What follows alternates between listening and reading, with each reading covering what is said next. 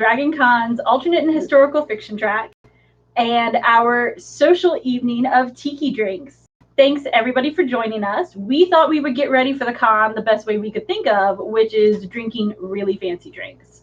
And tonight joining us is Jonathan Chapin from Heart and Clay. And we are going to start off by making a cocktail, and then we're going to get into some juicy gossip, some silly secrets, and just some old con memories. Jonathan, what are you making for us tonight? Hey, Liz. Well, we're going to start off with one of my favorites to always have when I'm over at Trader Vic's at Dragon Con. We're going to have a suffering bastard. Some people will say it's a suffering bar steward. Apparently, that is not correct, and they retconned it to say no. It's some of their clientele didn't like suffering bastard, so they said, oh, it's a suffering bar steward. It's clearly it was a Scottish bartender, and he said bar steward. But no, apparently it started as suffering bastard, then it was suffering bar steward for a while, then it went back to suffering bastard. We're also going to play with some of the variations, the dying bastard and the dead bastard. That sounds absolutely fantastic. So if we're getting started with the suffering bastard, what do we need liquor-wise? Okay, so a suffering bastard, part of the reason I wanted to play with it this evening is because it's very, very simple to make one, and it can be a little more complex to make one that's really good. Because the recipe changed back and forth over time, and because ingredients may not be what you thought they were. So at the heart of it, it's really easy. It's a part gin, a part brandy, a part or bourbon. We'll get to that in a minute. So it's a part gin, a part brandy, half part or full part of lime. We'll get to that in a minute, and then some Angostura bitters, and then 4 ounces of ginger beer. Okay. So I guess we'll start with measuring that stuff out, but I'll go through my ingredients a little bit and why it can be so tricky to get it to be really good. And I've got a house variation we call a better bastard that I'll explain as well. So if you're making it with bourbon, you want it to be a middle, pretty good bourbon. Something like Bullet is a fan favorite. Somebody told me because so he switched the creator Joe Shalom switched ingredients from brandy to bourbon and back to brandy possibly, and that partially has to do with the fact that it was invented during World War II, and so ingredients could be scarce, and Jeff Berry says originally he traced it all the way back to contemporary sources that says it was originally with brandy. Probably. We'll explain that in a minute. But so if you're going for bourbon, go something with like a Bullet. If you're going with brandy, I recommend getting the nicest brandy that you can. A good option for that might be an XO like E&J here. Or the way we're going to make it, apparently brandy back in the day could mean either brandy or French brandy, which was actually cognac, which is the way I prefer to make it. So I've got the Pierre Ferrand 1840. So that's your one part, either bourbon, brandy, or cognac. Like I said, it's easy to make. It can be more difficult to make well. Then you want to have a gin. In our case, because I like the cognac, I like a French-style gin like Citadel. But it is traditionally an English dry gin. So you're going to want to use something like Boodles if you really like that English dry. Or if you want something a little more neutral, I recommend Plymouth. So we've got 1 part brandy, bourbon, or cognac, 1 part gin, then a half part lime cordial, not lime juice specifically. And this degrades really well for Dragon Con because it is the only use in the world for Rose's sweetened lime juice. This is actually lime cordial, not lime juice, which is why it's so syrupy sweet. If you are a little cocktail snob like me and you want to make your own lime cordial, you can do that simply. You can add citric acid and whatever, make a little more complex one, but a simple one is 3/4 ounces of lime juice, and then I use rich simple syrup, which is 2-to-1 simple syrup, as opposed to simple syrup, which is 1-to-1. So there you go. Have some more cocktail snobbery. If something's called rich, it's double. So rich honey, rich passion fruit, rich simple, it's all 2-to-1 instead of 1-to-1. And if anybody's looking for these recipes, you can find them on our Facebook event, or you can just send a direct message to DragonCon Alternate and Historical Fiction Track, and we will gladly share not only Jonathan's Better Bastard recipe, but also how to make rich simple syrup and lime cordial. So aside from that, you want to use bitters. Just about everybody I know has a nice big bottle of Angostura bitters. You can use any aromatic bitters. Those can get nice and complex. You can have Peychaud's or smoke infused or horror and clay fiendishly tropical bitters, except they're out of stock, so you can't. Sorry. And that's what you put in your shaker. So you've got your 1 ounce of brown liquor, your 1 ounce of gin, of lime cordial, and then 2 dashes of Ango. Shake it up. Shake it. You want it to dilute well with ice, so you want to shake it a little bit longer. So shake it for maybe 30 seconds. And then shake vigorously. And then you top with ginger beer. They say ginger ale, but they mean ginger beer. So you want something with a little more bite and ginger flavor. And it makes sense because this was originally developed as a hangover cure, which, you know, we all need for DragonCon, which is another reason I wanted to explore this tonight, because it's great for that hangover reviving in the morning and then subtly moving down to your dead and dying bastards later until you're a wreck hugging the Marriott carpet. And if you are a DragonCon attendee and you're in the Southeast, Blenheim makes a ginger ale that is spot on. It's not available everywhere, but you can get it in Atlanta. You can definitely get it in South Carolina. Yep. And if you're driving through South Carolina, you can get it in North Carolina. But Jonathan, you found a great national alternative. Yeah, and I was very excited to as well, because I am from South Carolina originally. So Blenheim's Red Cap Extra Hot Ginger Beer is my stock in trade. I love it.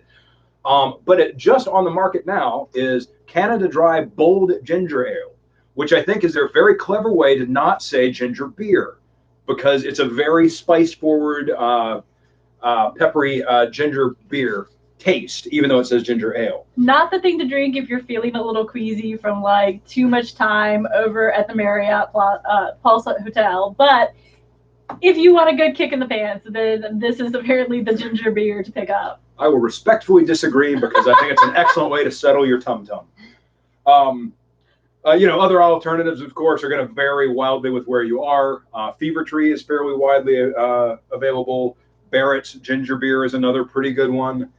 But a nice thing about the Suffering Bastard, whether you make it, you know, the traditional way or whatever, is it maths out very easily. You know, you can go 2 ounces of this, 2 ounces of this, 1 ounce of this, 8 ounces of this, and you're done.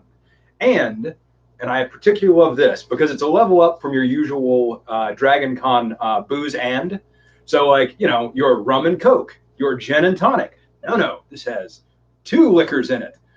So it's more classy, right? And it's got bitters, so it's really a cocktail. Because that's the definition of a cocktail, is if it's got bitters in it, it's actually a cocktail.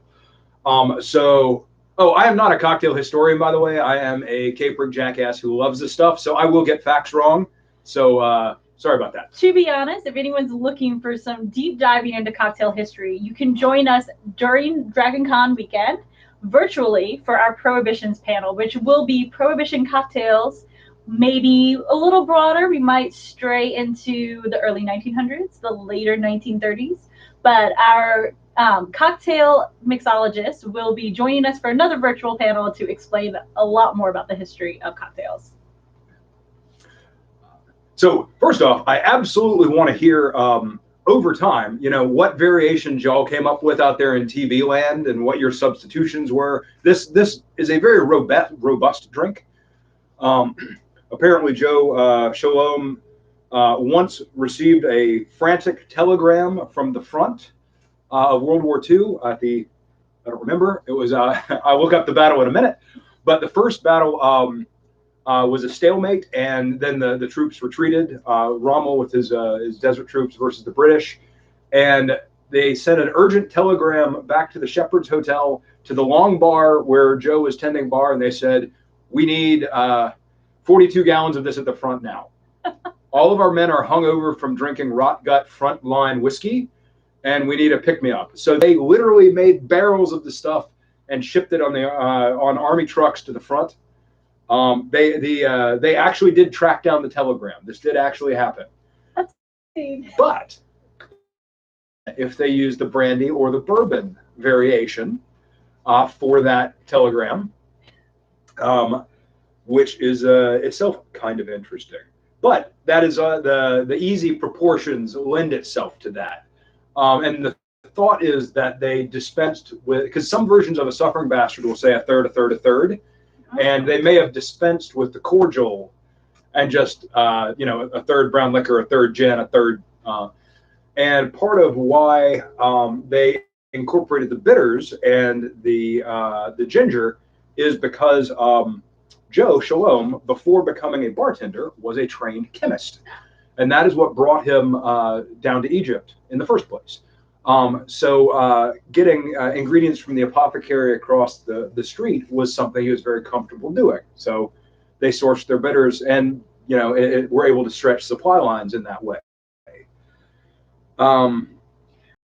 My household firmly believes that bitters has medicinal properties. Whenever my husband gets the hiccups, he takes shots of bitters and lime juice to cure his hiccups. And I don't think it makes any sense, but it seems to work for him consistently. I tried the jump at him, and that so far not as, either I'm not as sneaky as I think I am, or that may not be a real hiccup cure. Sure. Underberg is great for that. Oh, a little digestive specific bitters. There we go. I don't know if I want to spoil him like that. Well, there you go. And of course, no cocktail. Now, if you're wandering around Dragon Con, this is, or any convention really, this lends itself very well to pre-mixing all your liquors and carrying a bottle of Sprite or something. Brilliant. And then you can top up your bottle of Sprite with liquor, or later in the day you can go the other way and top up your liquor with your bottle of Sprite. But because you can pick up Sprite in any hotel store, you've got your one bottle and you just kind of gentle it up. If you're nice to the bartenders, they'll even let you buy a cup full of ginger ale. Not saying that we're encouraging you to hit up all the bars for ginger ale. We're just saying we know this pairs nicely with ginger. Indeed. Or Sprite in a pinch. Always. But of course, if you're going more fancy, then you want to have the drink and have a proper garnish for it. Garnish is yet another area where there is some argument back and forth about this cocktail.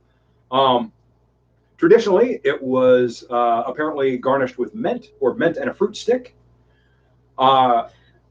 Fast forward, I mentioned before that Trader Vic has a Suffering Bastard on the menu. And I love to order it. And back in the day, I loved to order it in the Suffering Bastard mug, which they may or may not have. I think they restocked their store recently, and it's a great way to help out your local tiki bars is to buy their tiki glasses and their tiki barware. Yes. And please don't walk off with them. They cost the bar, so just buy them, and that's nice. This is a Dynasty wholesale version of the mug, which is smaller and more inexpensive. So that's a different rabbit hole. We'll go down in a minute. Someone is going to have to remind me of all these rabbit holes, so if I forget one, just yell out. You could always leave a message in our YouTube channel. We have somebody monitoring that. If you have a question or want to remind Jonathan to circle back to something, or you can send us a message and we will get in touch with Jonathan. So if you're having the drink in a mug or in a glass and you want to garnish it, you could garnish it with mint and a fruit stick, or if you were Victor Bergeron, who started Trader Vic's, with a cucumber spear. It is the strangest thing to have show up at your table the first time, and then you get halfway through this delicious gin and bourbon or gin and brandy drink, and you take your spear out, and it's been marinating in that nice booze, and just like when you're a kid and it wicks all the color up, it's wicked all the gin up. It has some nice snap to it, and you've got that refreshing little salad to finish your cocktail with. It's our unofficial recommendation from the track that gin and cucumbers are the best of friends. I believe, I forget which company it was, might have been Hendrix, actually had a cucumber machine, a cucumber slicing automatic cucumber machine you can build. Oh, that sounds like something you get into horrible trouble with. It was very... Sorry. Mature content usually happens after 10:30 p.m. But if you don't get that joke, ask me after 10:30 p.m. Immature content happens all the time. The best part about drinking at work. So I like to garnish with a cucumber spear and mint. And with that, we probably edged most of the way through the Suffering Bastard. So why don't we go ahead and actually build let's build a Dying Bastard, shall we? So you'll have to let us know what's the difference between suffering and dying. Fair enough. So your Suffering Bastard, as we said, is 2 3/4 1/4, or whatever it was. But a dying bastard adds to that panoply of deliciousness the bourbon. You add the bourbon back in with the brandy. Oh no! So it's a 3-liquor drink. It's a 3-liquor drink, yes. And in this case, you go a 1/2 ounce gin, a 1/2 ounce bourbon, a 1/2 ounce of brandy, and then the rest is the same as the Suffering Bastard. So, he's not suffering now, he's actually dying. He's getting a little bit more intense. He's having a lot more feelings. This feels like the mistake that you make at 2 a.m. on Friday, where you're like, I think I can still go for a couple more hours, and that Papa John's pizza looks delicious. Yeah. So I have a bit of personal theory about the dead and the dying bastard, and a bit of corroboration, right? Because Joe, the bartender himself, stayed in Egypt until he had to leave because he was imprisoned. And the reason that he was imprisoned was because there was a revolution, and there were so many people. He'd served so many foreign heads of state and dignitaries and military leaders that they assumed he was a spy. And so he was imprisoned, and then he had to flee. And when he fled, so Shepherd's Hotel was destroyed by fire in 1952. Okay. Then they built him his own bar, which was, I think it was called Joe's Bar. And he was there, and his reputation grew because he was in international magazines, and so more and more heads of state came. So Joe Shalom was fascinating in that he spoke 8 languages fluently. I mean, I speak English and bad English, a little bit of Spanish, a little bit of German. He spoke 8 languages fluently. Apparently had an eidetic memory for faces, so he could always remember a face in the drink that went with it. Oh my God, that's brilliant. And even if that's legendary, sort of apocryphal, like that seems like, his lifestyle fit that. And could tell a good story, just had all these experiences.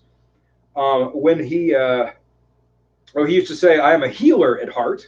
I started as a chemist, studied in France, got bored with it, merely changed bottles. So he is a healer at the bar. But after being imprisoned by the Egyptian government, he fled. And like everyone fleeing a repressive regime at the time, he went to Cuba. And he went to Cuba, and he at the I'm looking for the guy. It was the head of the Hilton, whose name has escaped me. It's on a different page, so it's escaped me. But Conrad Hilton, I studied. Conrad Hilton had him open a bar in Havana, and he was there until the revolution forced him to flee 3 years later. And so he's chased out of town by Fidel Castro, and then he just traveled the world as an itinerant barman, opening bars for Conrad Hilton. I mean, there's lots of Hiltons, and they all feel like they probably need a suffering bastard. Yeah, suffering bastard. Bastard. Now, what's interesting to me about this point and the dead bastard and the dying bastard, they're two. So you ever noticed how movie stars, and I'm not talking about film actors, but I'm talking about movie stars, they have the point where they become famous. Jack Nicholson in Chinatown, Al Pacino, or Robert De Niro, or Al Pacino, like these guys, they have one breakout role at some point in their career, and then everything after that is desperately, like, including parts of that breakout role to greater and greater levels of caricature until Jack, just it's nuts. I suspect Suffering Bastard was internationally known. What's his next big hit going to be? Well, let's riff a little bit. The other thing is the dead bastard, the dying bastard, both incorporate bourbon. When he moved to Cuba, he was closer to where? The United States. So bourbon becomes cheap. Brandy's coming from France. And I believe there's a little bit of retcon going on because in some later interviews, like in the 50s, he starts saying he invented the drink with brandy or with bourbon. I think that he invented the drink with whatever brown liquor was handy in the war zone, and eventually grew as he got to where he could get better bourbon. Because in a war, the brandy is going to be better quality if you can get it. It'll be more rare, but it'll be better quality because you're getting rot gut whiskey or bourbon. So I think as he got close to the United States and could get cheaper, better bourbon, he's like, all right, well, really, we can make it with either brown liquor. We'll make it with bourbon. It'll be great. And frankly, it's great. So the dead bastard, or the dying bastard, has both.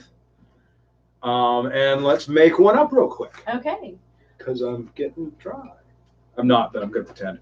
The life. I believe we have a question.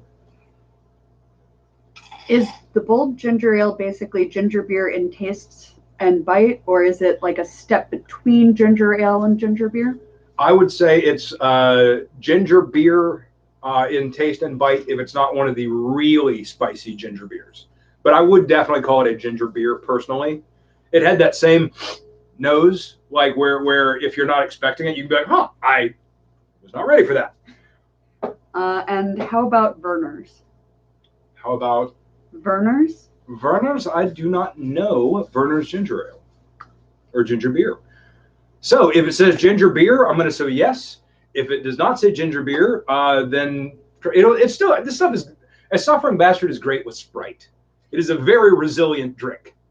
I definitely say yeah. It's your taste preference. Like, try it, taste it, and if it feels too sweet to you or too spicy for you, then find another ginger to use, because that's usually the key difference. Is going to be how much sweetness it adds to it or how much spice it's going to add. Yeah.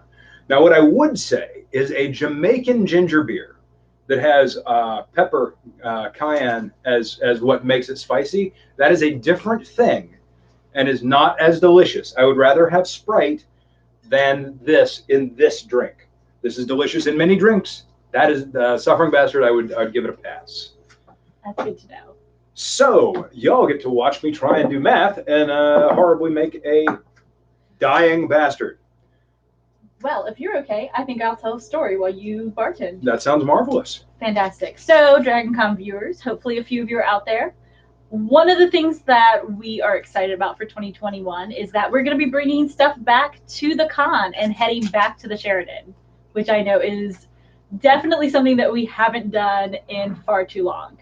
And one of the things our track is super excited about, spoilers, not the official name, but we are planning a very special Jeopardy episode.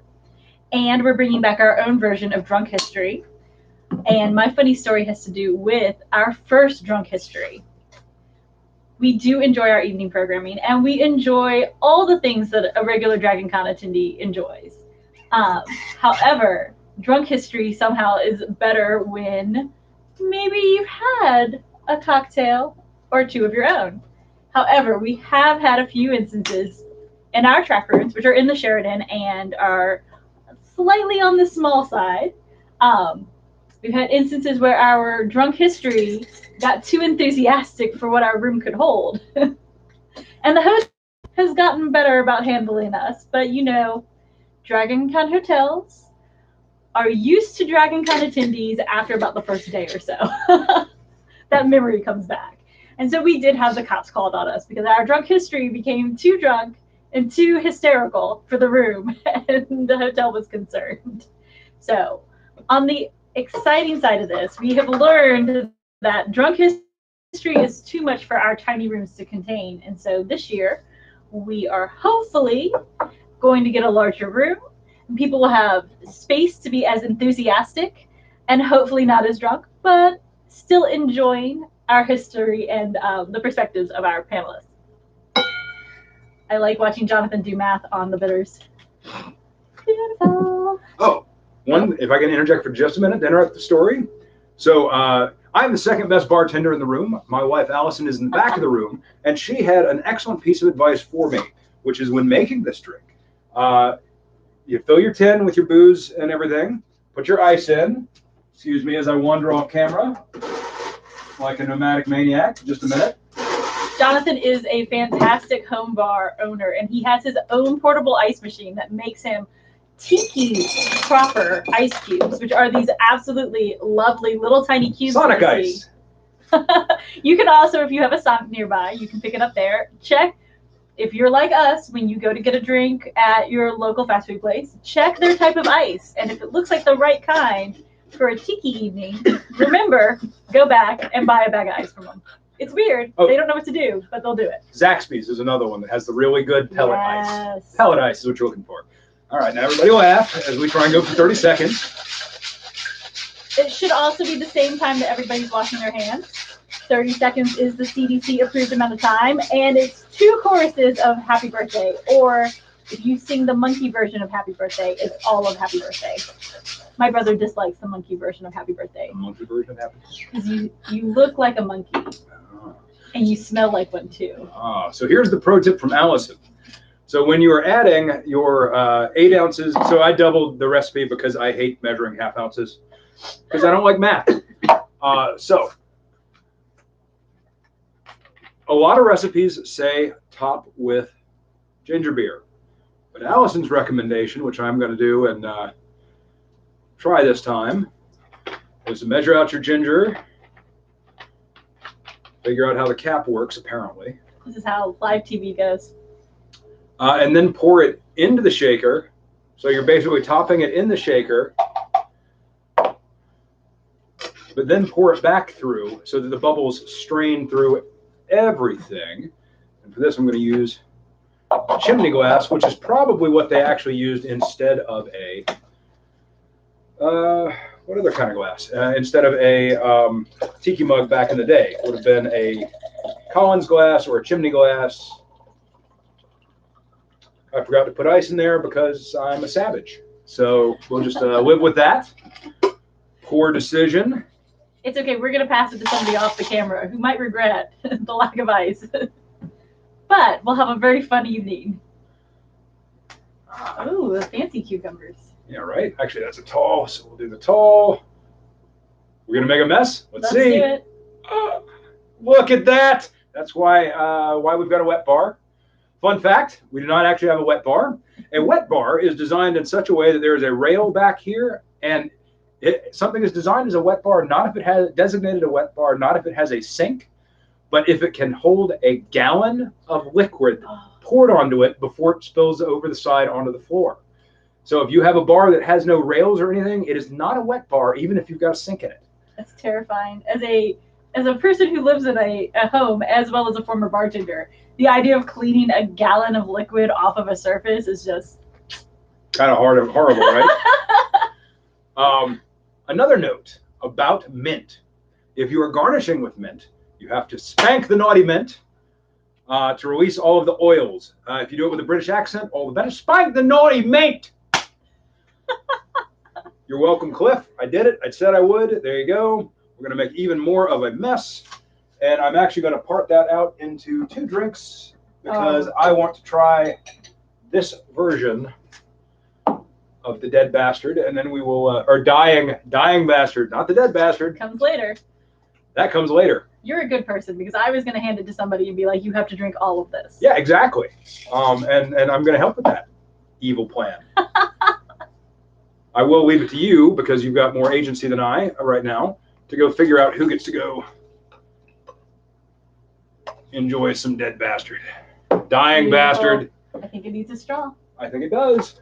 You know, I think it also needs an alligator because cocktail life. Cocktail alligator, right? That's a thing. It is now. It's like a dragon. I don't know if it'll catch on as much as the 36 dozen eggs will, but. Did you garnish something with 36 dozen eggs? Oh no, you haven't heard this story. No, that's lunacy. All right. Dragon Con attendees will know what I'm talking about. Everyone else on the internet, I apologize. This is a thing the con does. So.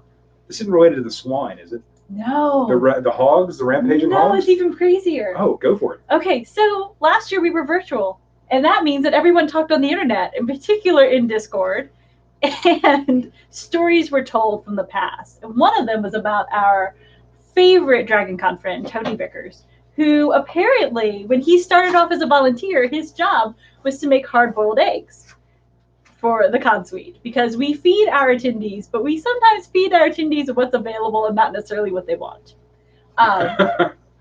So that became a virtual Dragon Con legend of the 36 dozen eggs that Tony every day had to go and boil and hand peel back when he was a little baby volunteer. But because we're Dragon Con and we like to get weird, and we do really get weird, the 36 dozen eggs has actually become one of our pillars of Dragon Con cults. So now we're up. We had one 5 years ago. Was it 5 years ago? We had the Marriott carpet cult. Yep. And it was a beautiful carpet, but was not long lived. But it was replaced with a very unusual choice for a hotel carpet. But what made the Marriott carpet so crazy popular was the fact that there were cosplayers who dressed as the carpet, who made cars like the carpet, who had photo shoots on the carpet. It became a sensation. And you can now accessorize with the carpet if you are just in love with the idea of joining a carpet cult. Don't worry, the Marriott carpet is there for you. Then our second cult, because we can't do things with just one cult. We're a big convention. We need a religion that fits everyone, or multiple religions for anyone. So our second cult was the FedEx Standee cult, which did have a fantastic adventure. If you are not aware, the FedEx Standee was decorated as all congoers were, and was covered in boas and stickers and googly eyes. John. And his name was John. That's right. He was the best standee because he actually had like a "Hello, my name is." Brilliant. He lived a wonderful life in the hallways between two of the hotels until one day he disappeared. The standee apparently went on an adventure, which was at least showed up in meme form later. But he went to other hotels and other places and took many pictures, like almost every congoer does. And probably doesn't remember any of it because that's what happens. But people noticed he disappeared and built him a shrine because he was missing. And then he came back. And then then he went the whole weekend with a shrine and people taking pictures with him, and then a mysteries time where he went other places and took pictures. And that became our second cult, was the cult of John. Unfortunately, FedEx did throw away our standee, but rumor has it that there are other Johns throughout Atlanta, maybe at the place that MomoCon calls home. But that became cult number 2, and then the 36 dozen eggs became cult number 3. So we are expecting a lot of egg-related attendance for 2021. If someone offers you an egg, it seems weird, but just go with it. It is a part of their faith. I believe you might have a question about eggs. We have several questions Okay. about the ice maker. Is it a GE Opal? It is a GE Opal. Please do not hack my ice maker from wherever you are. Someone else wants to know, is it big or is it lunchbox size? Oh, I feel like that depends on what size lunchbox you have. It's maybe 18 inches by 18 inches by a foot. And fun fact, it makes a gallon of ice an hour. And so what we do every time we have a party coming up is go buy a thing of gallon ice bags and start making them on Tuesday and just like slap them in the fridge every time we feel like it. That's the way. And then by the time Saturday night rolls around, we've got a ice chest full of drinking ice. And then we go get that slatternly ice from, Kroger that can just be the mix and ice. The ice you don't want people to see. And someone would like you to know that it's known as a gowl of eggs. Because Oh my Tony goodness. Gowl. There we go. That is the correct Tony. I am sorry I quoted another Tony, which makes me wonder how many Tonys I know. But yes, the Dragon Con egg cult is the hotness for 2021. Anybody who wants to find it can find it on Facebook. All right. So how is your Dying Bastard? I have to say this version of the Dying Bastard is actually like, okay, so until we started this project like a month ago, I never liked Suffering Bastards we made at my house. Like it was the friend of mine that said, well, you know, like back in the day, probably by brandy, they meant French brandy, which is actually cognac. Like that opened a door. You have to have that friend who knows like not just the thing that you want to do, but knows how to make it better. Yeah. Or the internet. But well, the internet was full of contradictory advice. Obviously. So, right. But this is the first time that I've made the Dying Bastard and been like, you know, I might prefer that to the Suffering Bastard because it increases the level of the brown. What do you think? It's good. Did you like it better? Did you have a favorite between the two? It might also have been the topping and then pouring through the ginger beer. Mixed it better. I think the topping was a big help. Yeah. And knowing who Allison got that piece of advice from, it does not surprise me that that's... For our home audience, if you guys are on a summer kick and feel like making a selection of cocktails for your evening or weekend or 4th of July is coming up, pick a day. One day's suffering, one day's dying, one day's dead. Let us know in our Facebook feed which one you prefer so we can let Jonathan know if he's right to go dying. Sure. Well, we haven't gone all the way to dead yet. And I got some things up my sleeve for dead. Okay, well, you'll have to let us know. What is the difference between dying and dead besides state of being? Okay, so between dying and dead, basically between suffering and dying, you are slightly decreasing the individual amounts of liquor while increasing the total amount of liquor by a half ounce, right? So it's a little bit less bourbon, a little bit less brandy, cognac, and then a little bit less gin. But overall, it's a stronger drink. Dead Bastard throws that right out the window, and it's like, no, son. One, and we're done. And I said 1, 2, 3, 4. The other is going to be rum. Oh, that's how we know he was in Cuba. And so it's probably a very good point. Now, what I've done is I've leveled up from rum for our Dead Bastard. Normally, you would use like a nice white neutral rum from Puerto Rico. You'd use a Bacardi white and kind of let the brandy or bourbon and the gin kind of stand forward.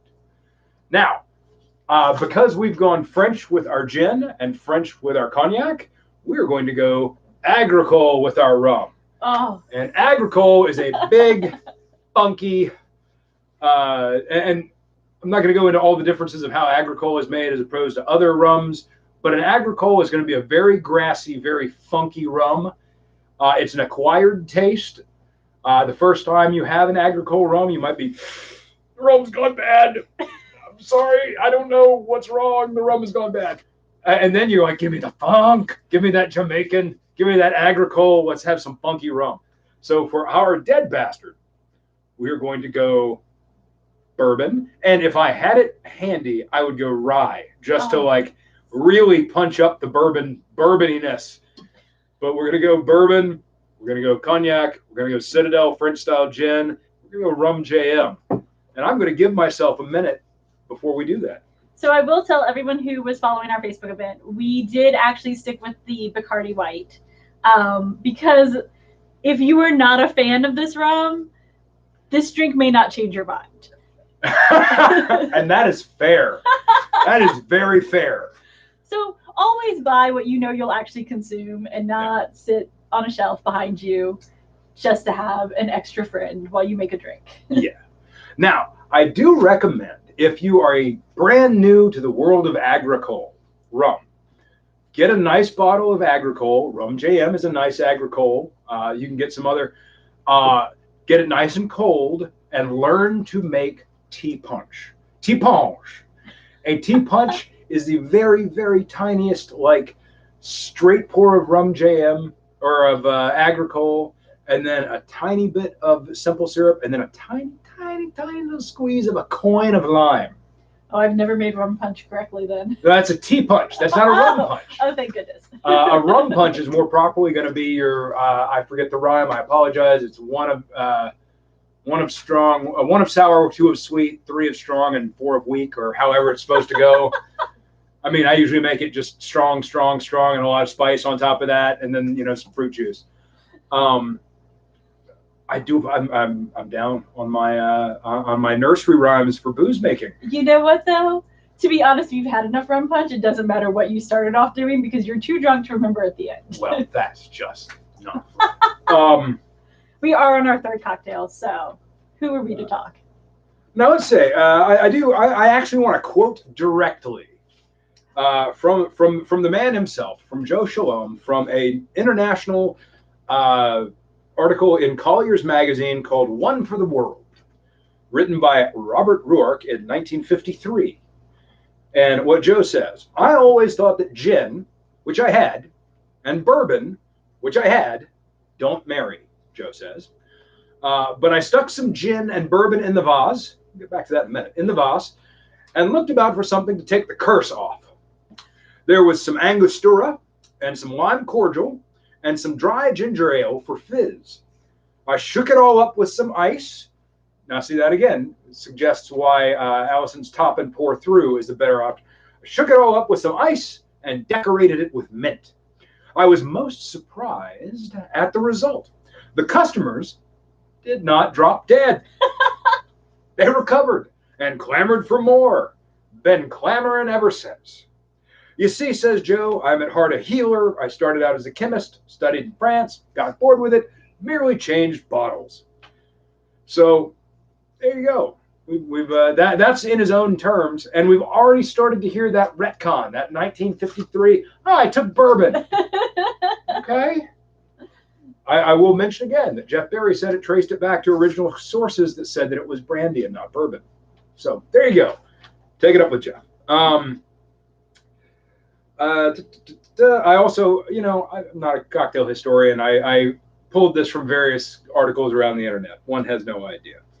The truth of it, like the reality of it, was whatever was brown and nearby probably makes the most sense. I think it does make the most sense. I really do. The 1960s.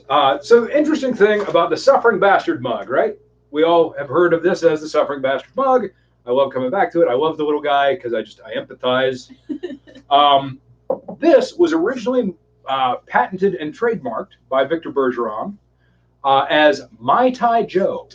It is not the Suffering Bastard mug. It is Mai Tai Joe, and it was originally a decanter. And you could buy the decanter and a set of 4 tiki mugs for $4.30 in 1961. It was abysmal. I would give quite a lot to have one of those sets. They came in a nice presentation box. There's one in the middle and then the 2. Oh, cute. But one wonders if it was called Mai Tai Joe, partially after our own Joe Shalom, who was working for Hilton Conrad. And what hotel chain are Trader Vic's in? If anybody hasn't been downtown, it's the Hilton. It's the Hilton. So the chances that these gentlemen knew each other, very, very high. I'm just extrapolating there. I don't know that. I didn't find a primary resource doc that supported that, but I believe it to be the case. That's my headcanon, and I'm sticking with it. You know what? The beautiful thing about Dragon Con is if you tell a story enough, it's true. So what's interesting about the Trader Vic Suffering Bastard, it is actually made not as we've described, but with rum involved, first off. So it's probably more akin to the dead or dying bastard than the Suffering Bastard. And it uses Mai Tai mix, probably for ease of ingredients back there. And of course, it's got that lovely cucumber garnish, which I will fight to the death anyone that tells me is not the appropriate garnish, because I've got to have my cucumbers. It's a vegetable. This makes it almost like making healthy choices. It's like a salad. It's healthy choices. It's con life. Con life. Yeah, you're eating what would a kids eat? I don't know, more booze. You're eating booze with a side of booze, so you've got to have your little salad. Right. I mean, it's at least 1,000 times healthier for you than Papa John pizza. And it's so crunchy. And filled with gin. So one of the things, speaking of mugs, you are the owner of Horror and Clay. Oh, yes. I feel like we could get you really drunk, or we could take 5 seconds and talk about what your mugs are. I know they aren't iconically the Mai Tai Joe. I'm kind of mad to find out that he was called Joe. But I prefer Suffering Bastard, yeah. We'll just call him that. Going forward. I don't care about the history. But tell me about your mugs, and possibly if you have anything interesting in the works. Ooh. So, Horror and Clay started as my personal home bar in our first house. And is, among other things, it had my collection of autographs that I get from Dragon Con, because I get horror icons. You can see them all across the back wall there. So it was a horror bar, and it was a tiki bar, and largely because of Trader Vic's as well. And so when it was time for me, because I'm a graphic designer by trade and training, and I was like, okay, well, if I could have any tiki mug ever, what would it be? Well, it would be a Cthulhu mug, because to me, the logic of Cthulhu is sleeping in the South Pacific, and tiki culture, Polynesian pop art is all rooted in that area. It would be a Cthulhu tiki mug. And so I was like, hey, can we make this? And the answer was, well, you can make one for $800, or you can make 20 for $1,500, or you can make 500 for $13,000. So, and then at the same time, I'd helped a friend of mine with graphics for a Kickstarter for their camp at Alchemy, which is like Burning Man. So I knew Kickstarter, and I was like, well, I'll do this thing. And that became the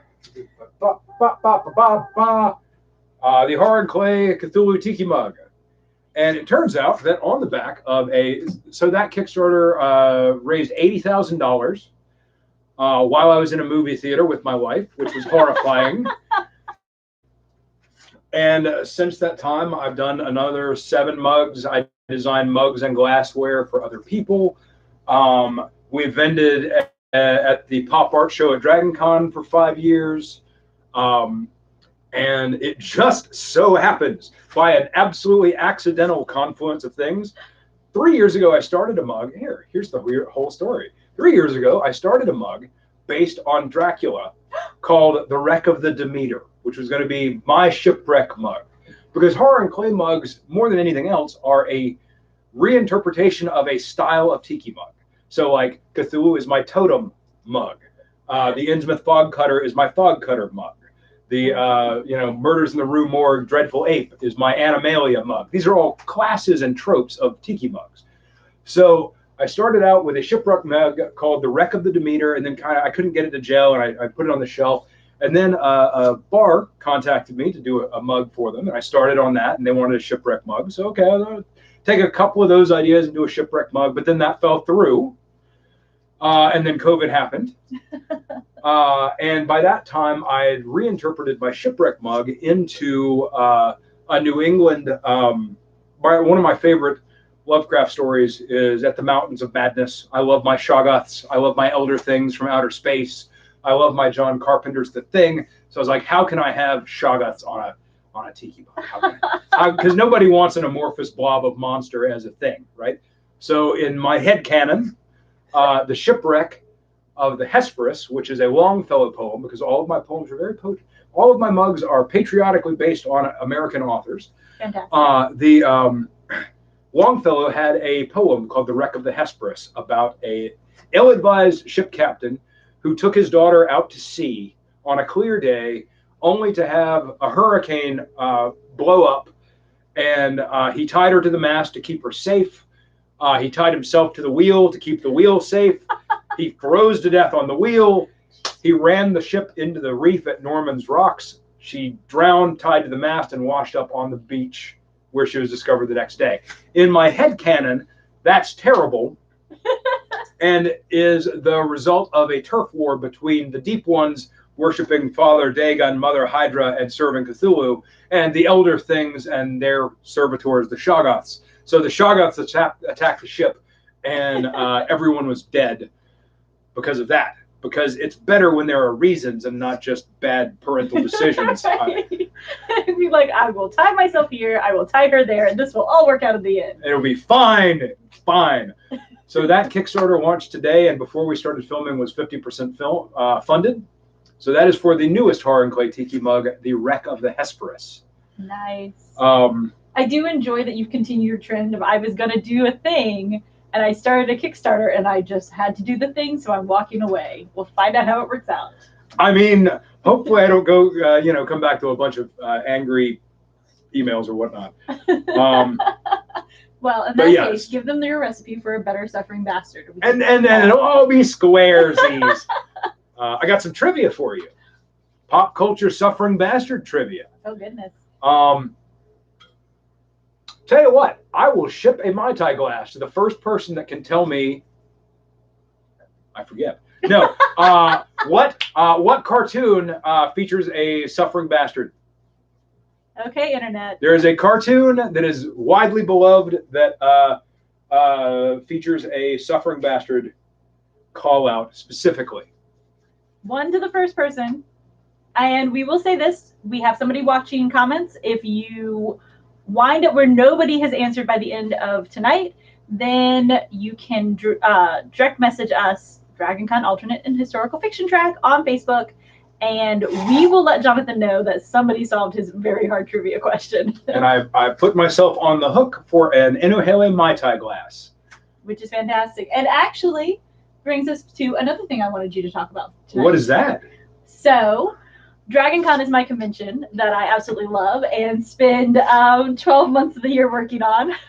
But for fun, relaxation, and because winter in Atlanta is not fun, I do like to hang out with Jonathan at Inuele Convention. Jonathan, can you tell us about this year's Inuele? So, Inuhele is Atlanta, which means it's a fake word we made up that means cocktail journey, but Inuhele is Atlanta's Tiki Weekend, which is a convention founded by my wife Allison and I on the back of our tremendously successful Atlanta Tiki Home Bar Tour. But Inuhele is in the same hotel this year as the DragonCon Alt History. Exactly, too long of a delay. So you will find in January 28th through 30th.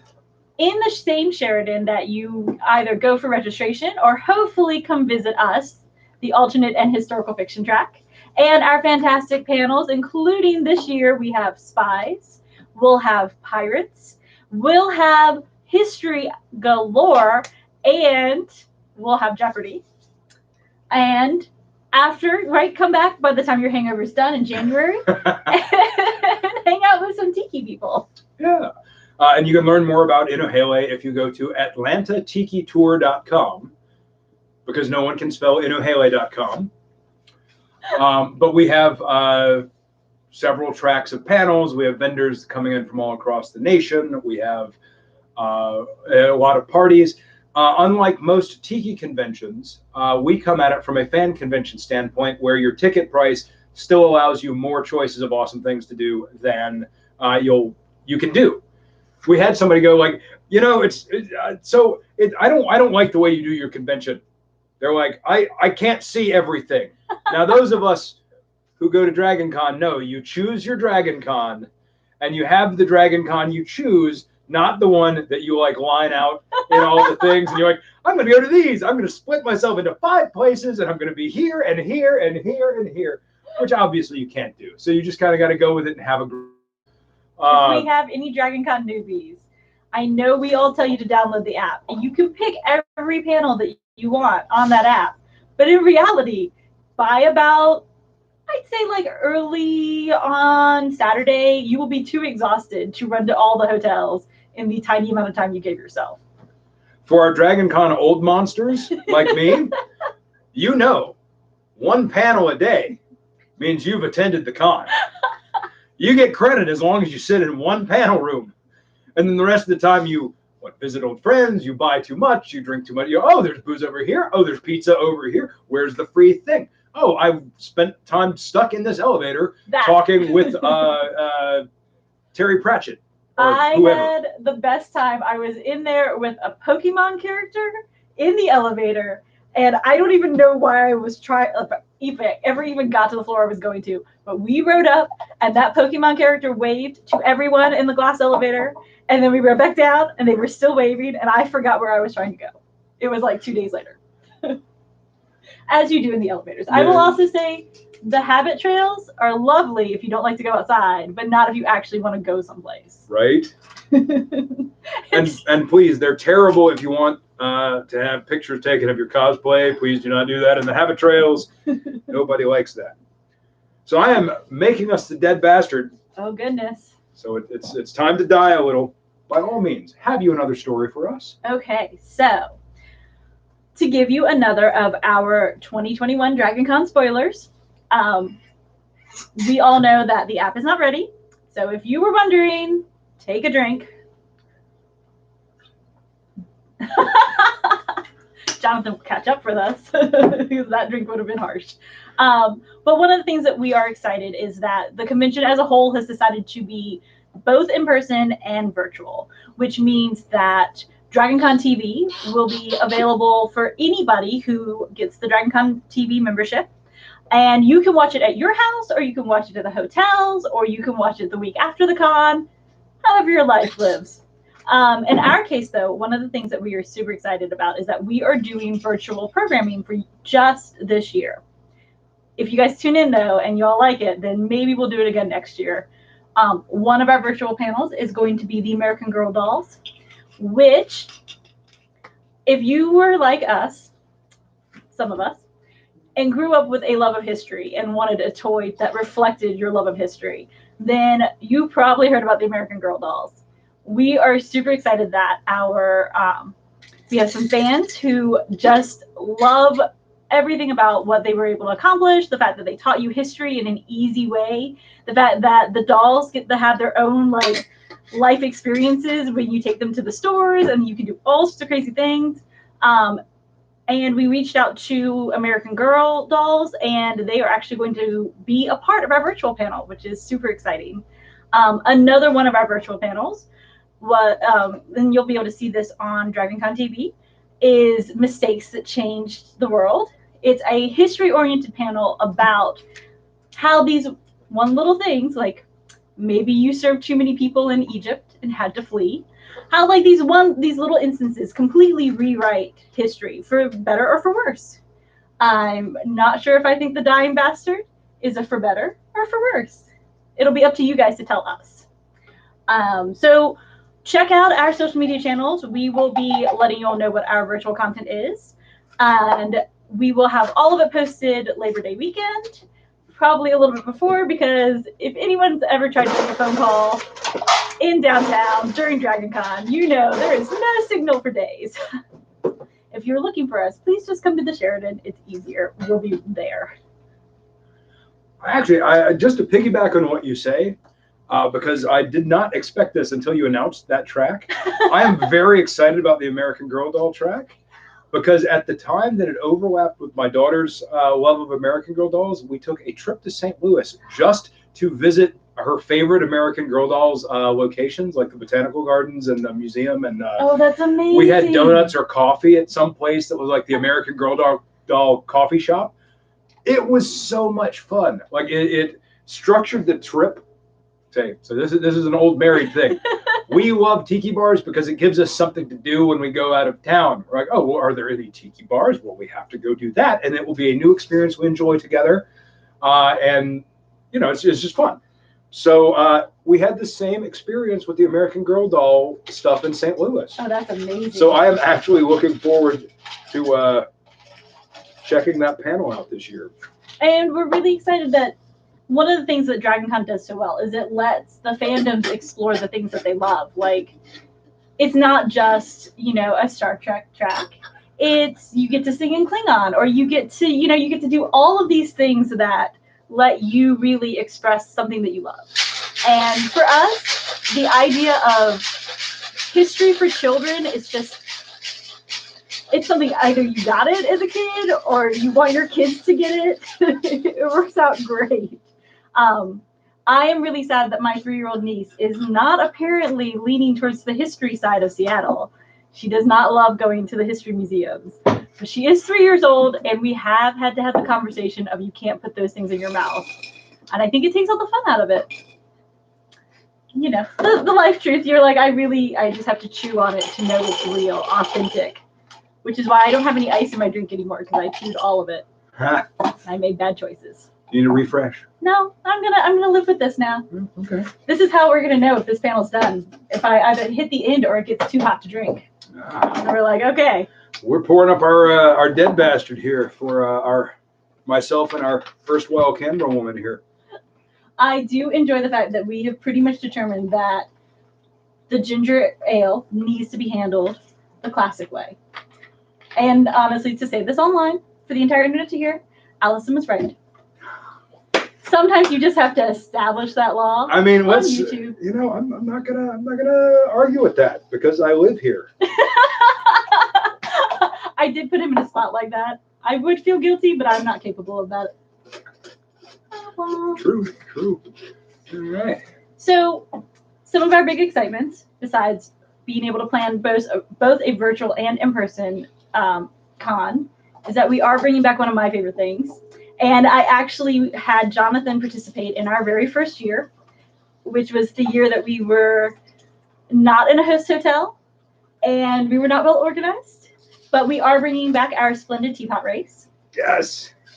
For anyone on the internet who has not seen this, which don't worry, there's quite a few, what we do is we organize an obstacle race with teacups that they have to go around, a ramp that's mathematically incorrect, and do I get the slap? Yeah. Spank the naughty ment. Right. And a split ramp that I have no gauge of distance, so I don't know how big the space between the two ramps is. So I put all this up together myself. But we're going to do it in person on Saturday at DragonCon. And we're going to have a how to make a teapot racer. We have asked the Sprayberry STEM team, a wonderful group of high school students, who I handicap in the very worst way, to make teapot racers over the summer. That's going to be one of their summer projects. For those who want to participate, just send us a message and we'll get you the sign-up form and everything. We're super excited to do it. We have really great prizes. We lucked out one year. We had a coffee shop sponsor us. They were fantastic. And I also really like shopping, so we have lots of prizes. Are done? Mm-hmm. Congratulations. So we'll have our splendid teapot race come back, which we're super, super excited about. And what I do, I'll tell y'all now, which if there are any high school students watching, you probably shouldn't be because this is an alcohol panel. But the Sprayberry team, we give them the cheapest RC car you can buy at Target. It costs $10. Mm-hmm. And a plastic tea set, and tell them that they have to have a interestingly decorated working teapot racer. All you have to do is attach the teapot to the racer, but if you have a theme, it helps. If you put some effort into it, it helps. And ideally, if you pick an RC car that's actually like a quality car and drivable, the one from Target it's a nightmare. And then we make all the kids race in the summer outside of the Mariana Makerspace. So this is always my favorite thing. Now that we've done it once, I was like, I will do this every year. That is marvelous. Isn't it? So you have to tell me about your dying bastard or your dead bastard. That agricole funk is coming up the back end, and it is working. It is really, really working. I don't think it would work without the cognac and the Citadel, or the dead bastard and the dying, or the suffering bastard and the dying bastard first. But given those three things, it works. So our camera woman is nodding emphatically. She's like, "Oh yeah, I saw that funk, but I'm here for it." 2 drinks first. It's a 2-drink minimum to meet the dead bastard. You guys are braver than I am. I'm not. I I like a nice quiet rum that knows what it's doing. It doesn't want to have a big conversation, and that is not an agricole. No, no, an agricole has opinions and is kind of mouthy, and is like. We're at now. Well, Marvelous. I think we have time for one more story. Ah. I'm going to give you one of mine that is not a DragonCon alternate and historical fiction track story, but is a things that Liz has done at the con that may not have been the best idea. Jonathan, after I'm done, you can share one story, please, of any type. Oh, of any type. But I'll get started. So Sure. When I was a baby con goer, I had this really brilliant idea that I wanted to get into recycled clothing. I had heard about the Anything But Clothes party and really thought that was something I needed to get into. So I made myself a paper tutu. It was made out of, I think, the phone book, because you could get them for free back then. And it has lots of pages. And my butt was running around the con at an evening hour in shoes that were not sensible at all. So I was probably drunk. That's the way to cope with bad footwear. You should break in your shoes before you wear them at the con. But if you don't do that, then a couple of drinks means you can't feel your feet. And I ran into the some of the actors from Felicia Day's old show. The Guild. Yes, the Guild. And they were not expecting to have a slightly tipsy girl in high heels and a skirt that was clearly made out of a phone book. So I think that's my biggest claim to fame was I got pictures with the Guild actors that I can't remember because I was too drunk to take one myself. But somewhere out there, they're like, we saw this girl at DragonCon. I was like, that's me.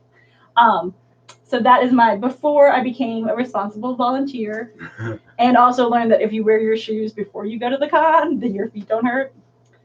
It took me a while to learn that lesson. Jonathan, what about you? An entertaining side note, once upon a time, I had occasion to see Liz in the run-up to DragonCon in a professional environment.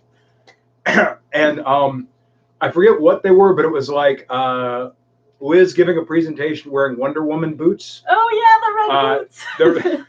It was marvelous, and it was like, okay, so I know what's going on here because I've been going to DragonCon since '98.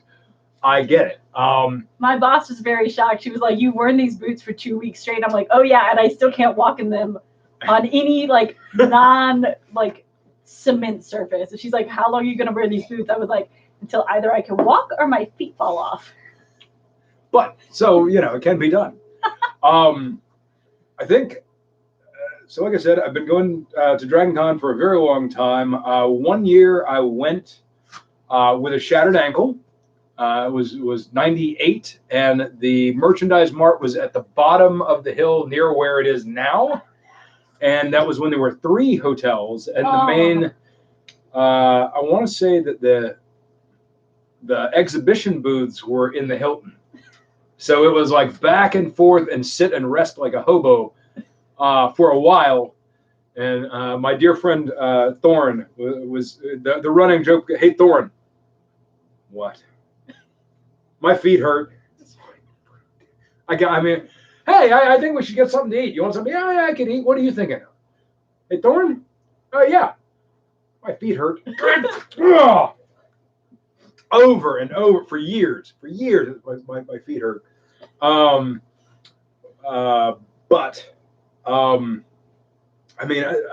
So many the awesome thing about DragonCon is where you find opportunity and excellence are in the collisions of random things, right?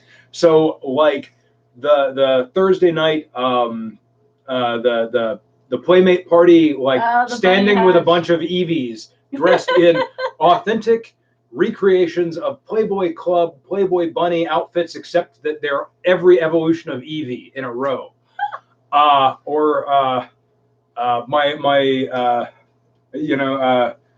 Lost my friend Joe last year, and Photonome coming up to me and being like, "Oh, it's a big hug, and I'm going to take a picture." And did you know I'm not wearing anything under my kilt? I'm like, "Well, yes, Joe, because you're Joe." If you guys ever want to know, one of I think our favorite things about Dragon Con is the fact that as much as you plan and as much as you try, you can never really expect Dragon Con. Yeah, it's not the plan. It's not the con you plan for. It's the con you have. And so your job is to make the con you have excellent, and to like take that extra time to be like, hey, terrified looking child who's wearing the one T-shirt that's a knockoff of a knockoff T-shirt. You look awesome because you just made that kid's day and life. You know. I mean, go have breakfast at the food court with what feels like every hungover superhero that you could possibly imagine. And they all are like, we're up, we're in our tights. Dear God, don't talk to us. Right?